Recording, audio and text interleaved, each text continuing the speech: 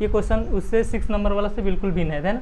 देखिए साइन ए दे रहा है, कॉस ए दे रहा है, यानी ए के सापेक्ष, ए के जस्ट सामने वाला इस बार हम लोग का लंब हो जाएगा, यानी परपेंडिकुलर होगा। तो चलिए निकालते हैं हम मान इसका, है ना। तो साइन ए है ना, तो यहाँ हम लोग का मान हम लोग देखेंगे, इसका मान हो जाएगा sign A cos A ten ए का पूछ रहा है। तो साइन थीटा बराबर यानी साइन ए बराबर हो जाएगा लंब बटा कोण। तो इस बार लंब क्या हो जाएगा, लंब हम लोग का 8 हो जाएगा और कोण कितना हो जाएगा 17 हो जाएगा। ऐसा दिया रहेगा और आपसे ये पूछेगा, तो इस प्रकार हम लोग निकाल लेंगे।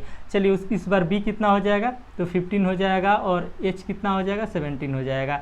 और इस बार pb कितना हो जाएगा, p 8 हो जाएगा और b कितना हो जाएगा 15 हो जाएगा।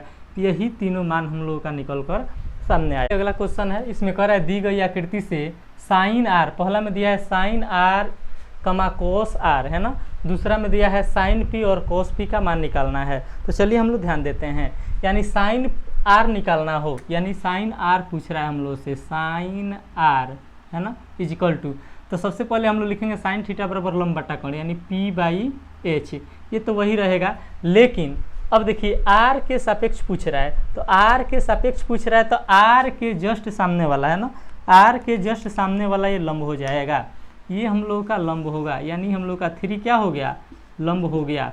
P इक्वल टू 3 हो गया, तो लंब हम लोग का क्लियर हो गया। तो यहाँ लिख देंगे हम लोग 3 बाई, है ना। और देखिए h हमेशा बदलेगा नहीं, h हमेशा वही रहेगा, तो इसका मान हो जाएगा 3/5।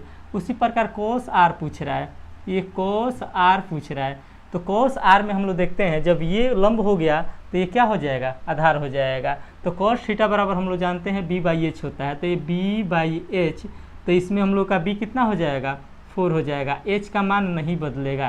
तो चलिए पहला क्वेश्चन निकल गया हम लोग का।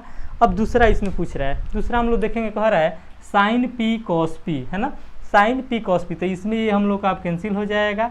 अब मान हम लोग का वही रहेगा, लेकिन इसमें लंब और आधार बदल जाएगा।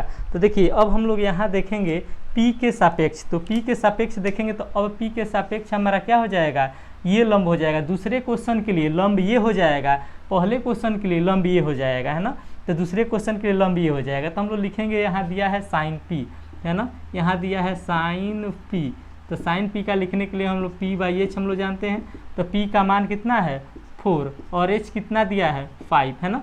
उसी प्रकार दूसरा cos p, तो cos p का हम लोग जानते हैं b/h, तो b कितना हो जाएगा, b ये 3 हो जाएगा और h कितना हो जाएगा 5 हो जाएगा। तो यही हम लोग का आंसर